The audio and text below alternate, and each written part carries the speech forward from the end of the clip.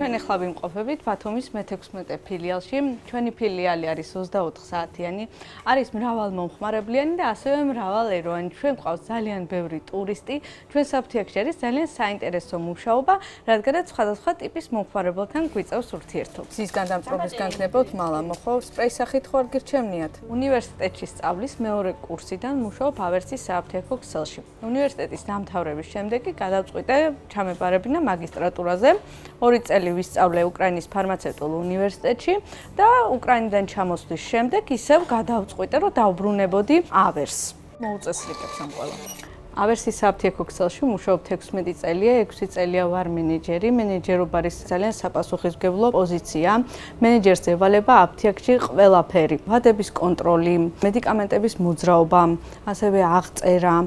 თხელფენად 2-3 დღეში წაისვით კარგი. ფარმაცევტულობა ნიშნავს მომხმარებელს ზრუნვას და მათ დახმარებას, რასაც ყოველდღიურ რეჟიმში ვაკეთებ. კომპანიაში არსებული გრაფიკი მაძლევს საშუალებას იდეალურად შევათავსო სამსახური და ოჯახი ერთმანეთს და ამისგან მივიღო მაქსიმალური სიამოვნება.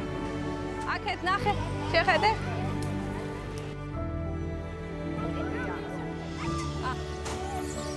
ეხლა ღამის 11 საათია, აფთიაქში როგორც წესი ამ დროს არის 4 თანამშრომელი. ესენი გახლავთ ფარმაცევტი ნონა, მარი და არამედიკამენტების კონსულტანტი ანა.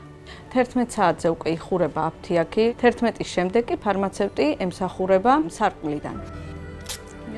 კარგად ზანდებოდ. წელს დამაჯილდოვეს როგორც საუკეთესო მენეჯერი. სამოგზაუროდ მივდივარ ამსტერდამში, ავისრულებ ჩემი დიდი ხნის ოცნებას და ვნახავ ვან გოგის მზესუმზირებს. ჩვენი აფთიაქიდან მხოლოდ მე არ ვარ დაჯილდოვებული, დააჯილდოვეს ასევე არამედიკამენტების კონსულტანტი ანა, ასე რომ ერთად მივიმგზავრებით ამსტერდამში, ამის გამო ვართ ძალიან ბედნიერები.